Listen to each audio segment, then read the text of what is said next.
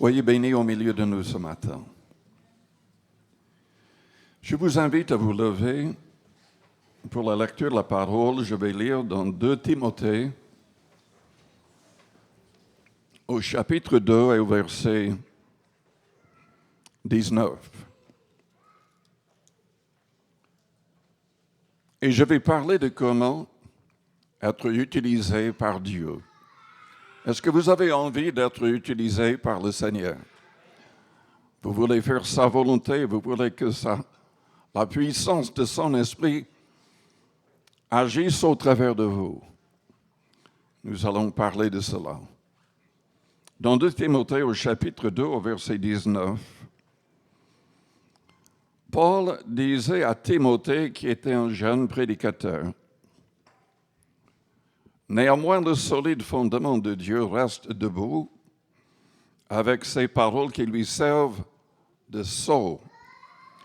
Le Seigneur connaît ceux qui lui appartiennent, et quiconque prononce le nom du Seigneur, qu'il s'éloigne de l'iniquité. »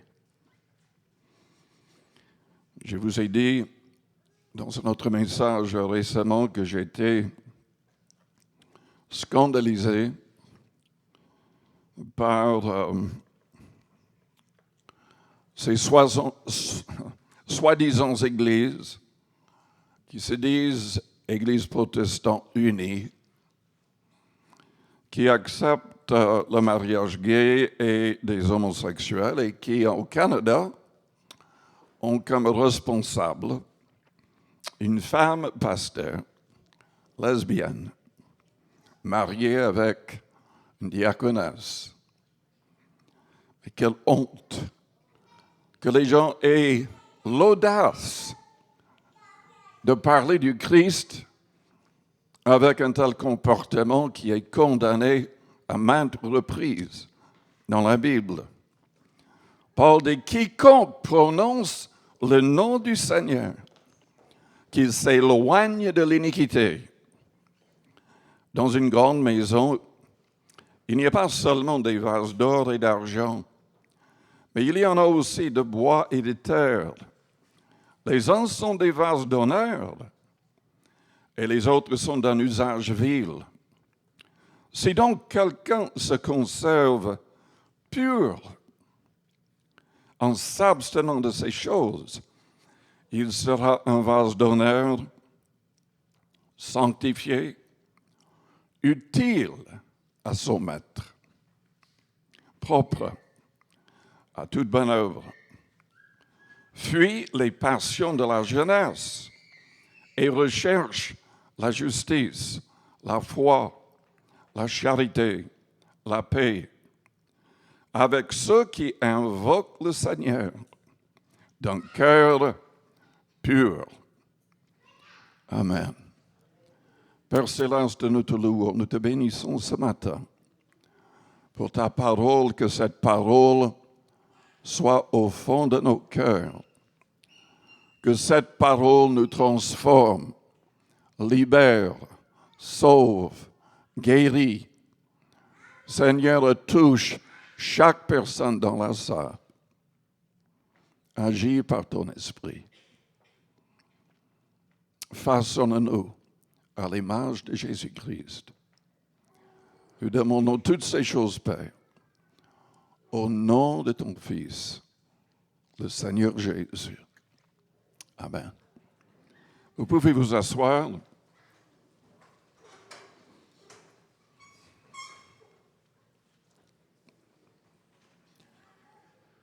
Ce n'est même pas la peine de parler d'être utilisé par Dieu si nous ne voulons pas nous sanctifier, nous séparer d'avec le péché, le monde avec sa convoitise et son orgueil. Nous devons surtout avoir un cœur pur pour servir Dieu. Si nous voulons voir Dieu, si nous voulons qu'il agisse en nous, nous devons tout faire pour garder des cœurs purs. Si votre cœur n'est pas pur, demandez au Seigneur de vous purifier. Prenez l'habitude de chasser toute pensée négative et mauvaise immédiatement au nom de Jésus-Christ. Oui, le diable peut planter en nous toutes sortes de pensées mauvaises.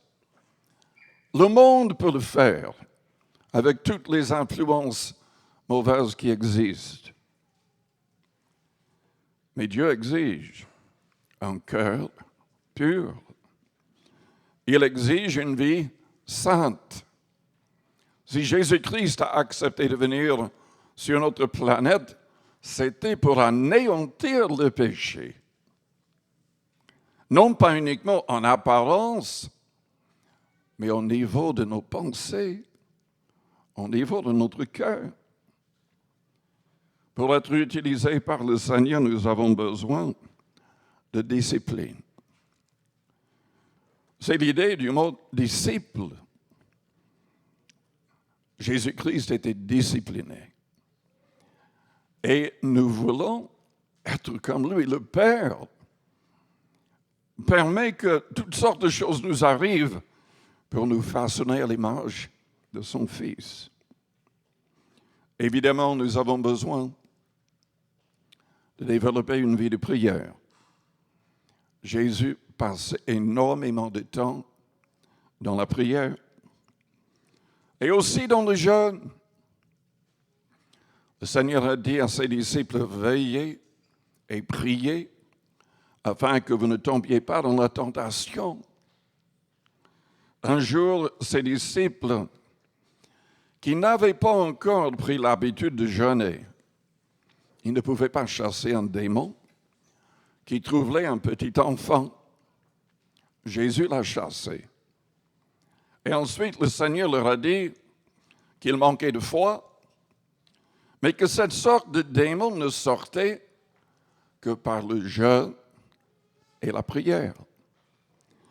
Donc, c'est impossible d'être utilisé pleinement par le Seigneur si on ne développe pas une vie de jeûne et de prière. Si on ne cherche pas sa face ainsi régulièrement. C'est indispensable aussi de tout faire pour demeurer en Christ et que sa parole demeure en nous. Selon Jean 15, c'est la manière d'être exaucé et la manière de porter beaucoup de fruits. Le fruit du juste. Selon Proverbe 11 au verset 30, le fait de gagner des âmes. Le sage s'empare des âmes. Jésus a dit dans Jean 8 au verset 30, « Si vous demeurez dans ma parole, vous êtes vraiment mes disciples, vous connaîtrez la vérité, et la vérité vous affranchira. » C'est indispensable.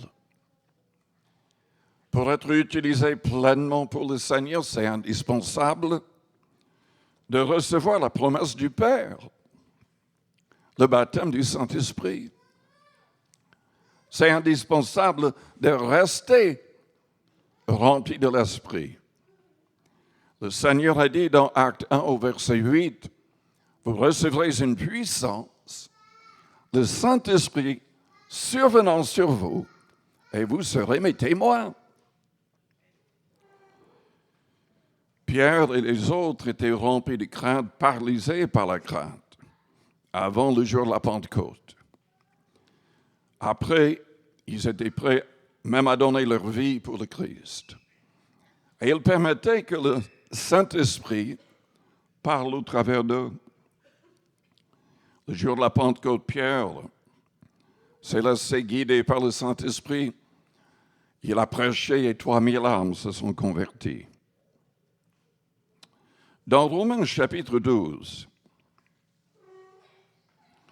au verset 1er, Romains 12,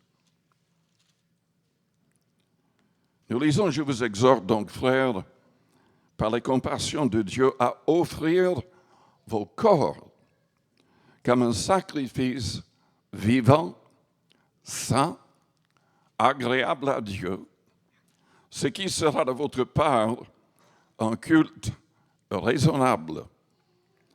Ne vous conformez pas au siècle présent. En d'autres termes, ayez le courage d'être différent des autres. Ayez le courage d'aller contre le courant.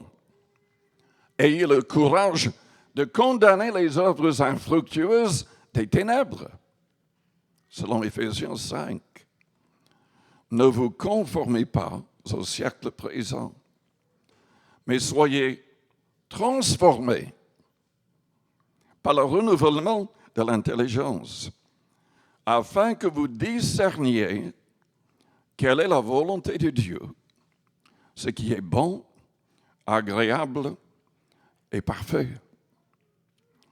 Combien nous avons besoin de discernement aujourd'hui. Car même dans le contexte chrétien, il y a tellement de fausses doctrines, de faux prophètes, de faux Christ, de faux rois, tellement de fausseté, de menteurs, de charlatans. Il y a même les marabouts et les sorciers qui parlent du Christ prétendant qu'ils sont des hommes de Dieu. Nous avons besoin de discernement. Dieu nous donnera le discernement. Si nous sommes vraiment sincères et nous voulons vraiment le glorifier avec chaque détail de notre vie. Oui, la parole nous invite à offrir nos corps et notre esprit au Seigneur, nos pensées, toutes nos pensées, nos émotions, tout doit être sous le contrôle du Christ. Paul parle du fait que toutes nos pensées devraient être captives à la pensée du Christ.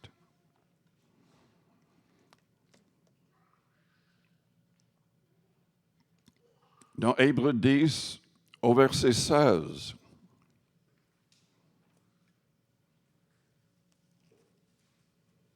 il y a un passage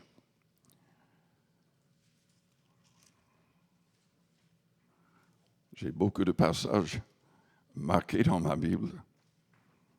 Hébreux 10, au verset 16, Dieu a dit, Paul cite de l'Ancien Testament, voici l'alliance que je ferai avec eux après ces jours-là, dit le Seigneur. Je mettrai mes lois dans leur cœur et je les écrirai dans leur esprit. Combien c'est important de recevoir l'Esprit Saint. La Bible dit que la lettre tue, mais l'Esprit vivifie. Il y a des gens qui lisent la Bible pour leur perte. Ils lisent incorrectement. Khrouchtchev, l'ancien chef de l'Union soviétique, connaissait les 4 évangiles par cœur. Est-ce qu'il était chrétien? Loin de là. Il avait appris tout cela, il voulait connaître ses ennemis. Il voulait se servir de la Bible contre les chrétiens. Malheureusement pour lui, heureusement pour elle, sa fille s'est convertie. Elle sert le Seigneur aux États-Unis. Mais lui, je crains qu'il soit en enfer, à moins d'avoir placé sa confiance en Christ avant de mourir. Mais Dieu désire nous aider à comprendre. Il veut mettre ses lois dans nos cœurs pour que nous ayons envie de lui être agréable. Quand on est vraiment en contact avec le Christ, on peut dire, comme Jean l'a dit, ses commandements ne sont pas pénibles. Quand on a un cœur souillé, une vie impure, une vie mondaine, quand on est aveuglé par l'ennemi, évidemment, en voyant les commandements du Christ, on se dit, mais je n'arriverai jamais. C'est trop difficile. Mais quand on entre dans une relation profonde et réelle avec le Seigneur, ces commandements ne sont pas pénibles. Vous savez, David avait une relation profonde avec Dieu. Dans les psaumes, il parle tellement de cette relation, une relation glorieuse. Vous connaissez peut-être le premier psaume par cœur. Qu'est-ce qu'il a dit? Heureux l'homme qui ne marche pas selon le conseil des méchants, qui ne s'arrête pas sur la voie des pécheurs et qui ne s'assied pas en compagnie des moqueurs, mais qui trouve son plaisir dans la loi de l'Éternel, qui trouve son plaisir dans la loi de l'Éternel et qui la médite jour et nuit. Il est comme un arbre planté près d'un courant d'eau qui donne son fruit en sa saison et dont le feuillage ne se flétrit point. Tout ce qu'il fait lui réussit. Un autre psaume nous invite à faire de l'Éternel nos délices et il nous donnera ce que notre cœur désire.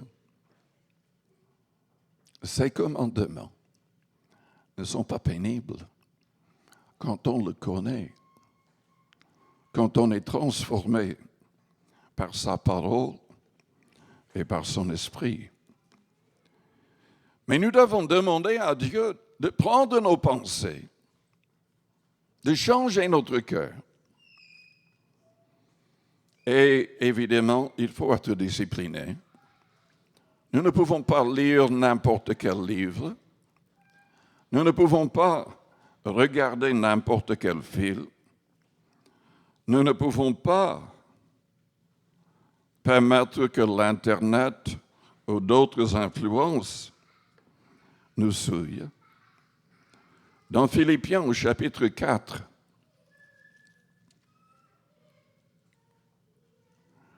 au verset 8, au reste, frères, que tout ce qui est vrai, tout ce qui est honorable, tout ce qui est juste, tout ce qui est pur, tout ce qui est aimable, tout ce qui mérite l'approbation, ce qui est vertueux et digne de louange, soit l'objet de vos pensées. Soit l'objet de vos pensées. La discipline. Est-ce que vous êtes discipliné? Ou est-ce que vous lisez n'importe quoi? Est-ce que vous laissez errer vos pensées? Le diable veut à tout prix contrôler nos pensées. C'est au niveau de notre cœur que nous allons réussir ou tomber.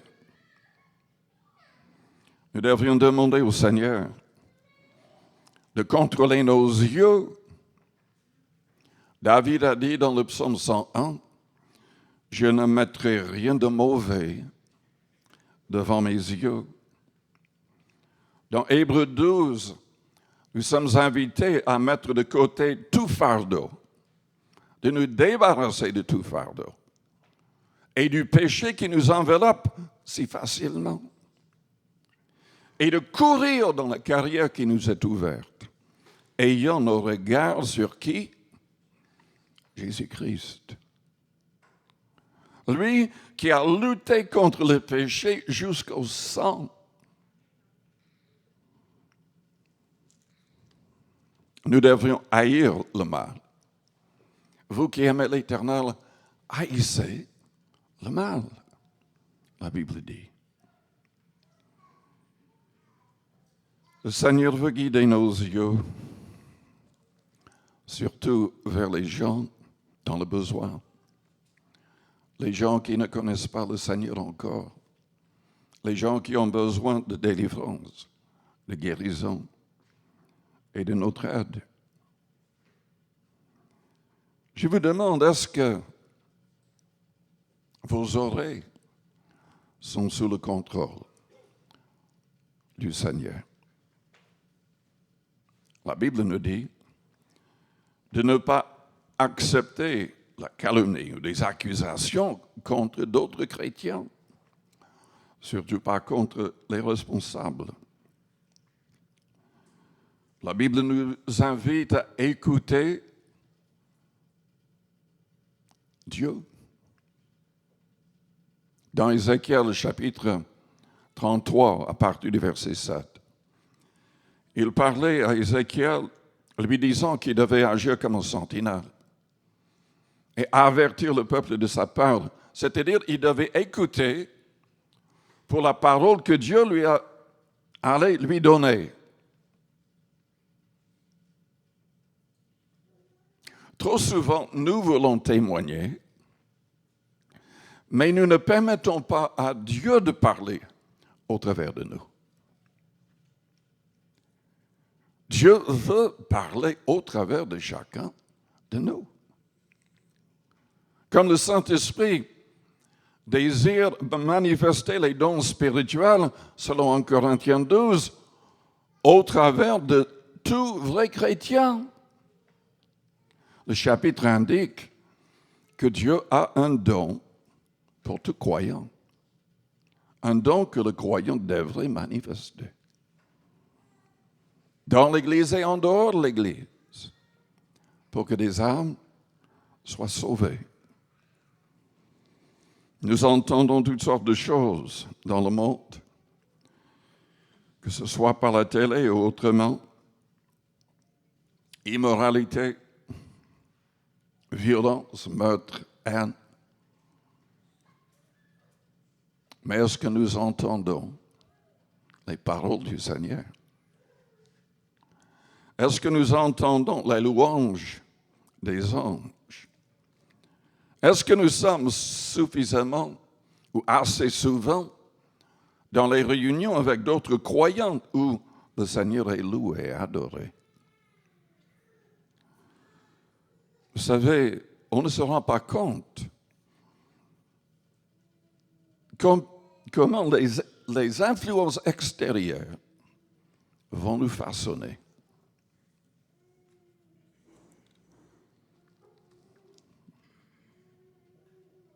Le Seigneur désire agir au travers de vous. Je l'ai dit dans d'autres messages, je veux le répéter ce matin.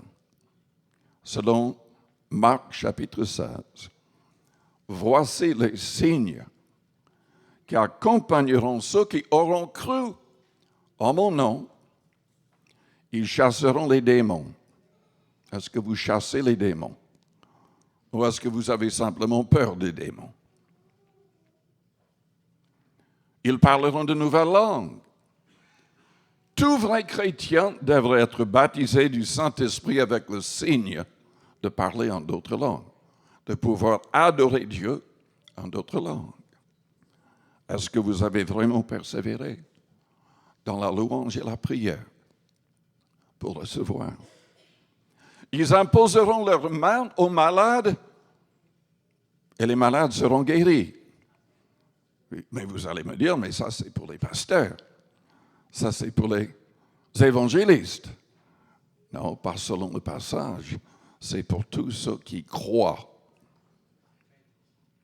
C'est un signe qui devrait vous accompagner. Si vous êtes en contact avec des personnes malades, vous ne devriez pas essayer de les faire venir à l'église immédiatement. Peut-être qu'ils ne peuvent même pas se déplacer. Et peut-être que les gens dans l'église ne pourront pas venir tout de suite. C'est à vous de prier. C'est à vous d'imposer vos mains. Vous savez, ce n'est pas le pasteur qui guérit. Ce n'est même pas vous. C'est le Seigneur. Il suffit de croire. Il suffit de croire et d'obéir et de faire ce que le Seigneur demande.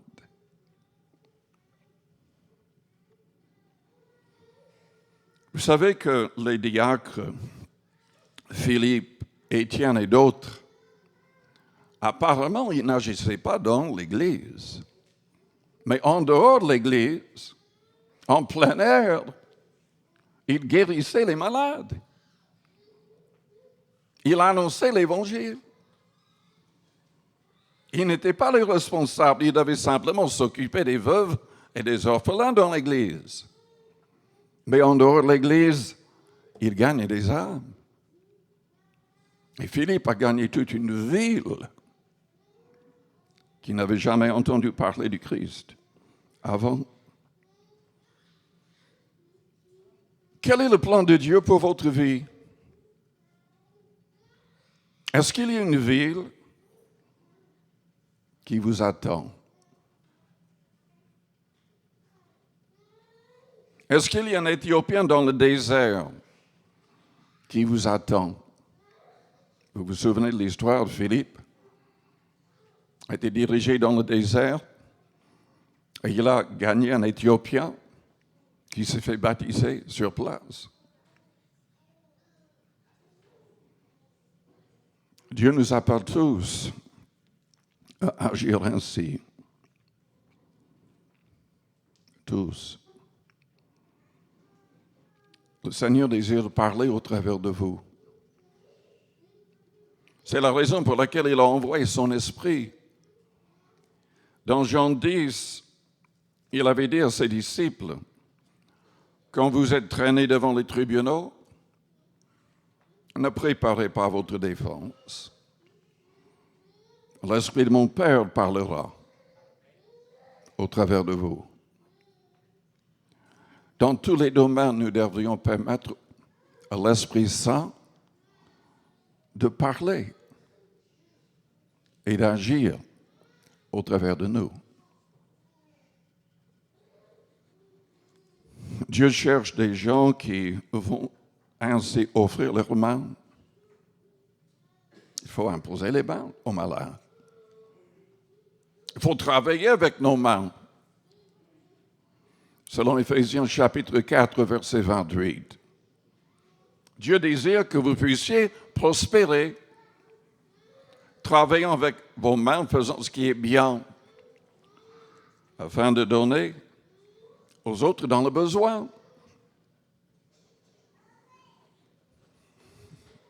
Je vous invite à fermer vos yeux, à courber vos fronts.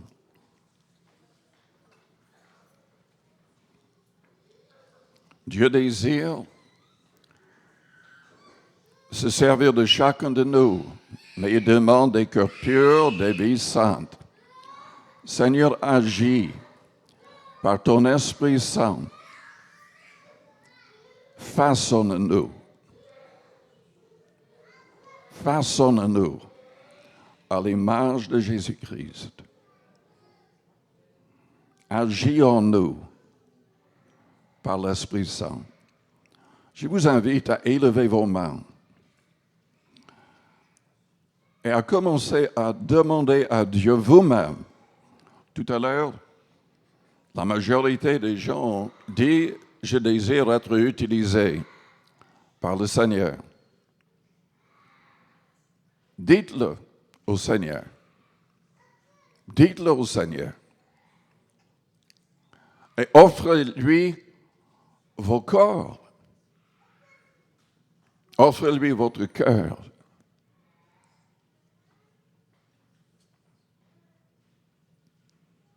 Vos yeux. Vos mains, vos pieds. Tout. Demandez qu'il vous purifie, qu'il vous délivre de tout péché, qu'il place une haine dans votre cœur pour le mal et un amour pour la justice et la sainteté. Peut-être que vous êtes là ce matin et vous n'avez pas encore vraiment demandé au Seigneur de faire de vous un vrai disciple. Vous n'avez pas encore donné votre cœur et votre vie au Christ, mais vous voulez le faire. Et vous voulez qu'il vous délivre du pouvoir du péché. Vous voulez qu'il vous pardonne et qu'il vous délivre de ces choses. Pendant que les yeux restent fermés, les fronts courbés. Si c'est votre désir, faites-moi signe.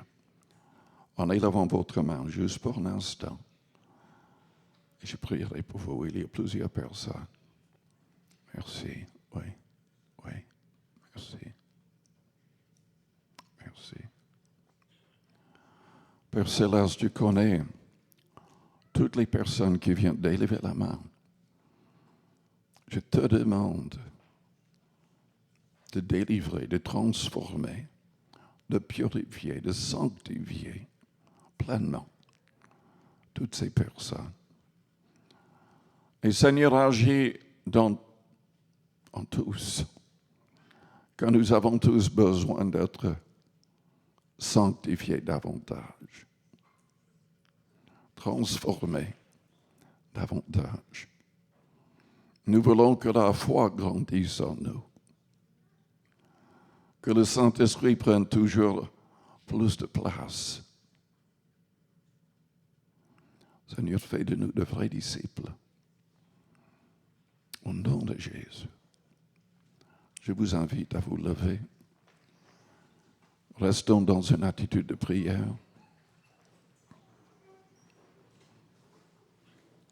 Si vous voulez la prière avec l'imposition des mains, au nom de Jésus-Christ, venez vers le devant.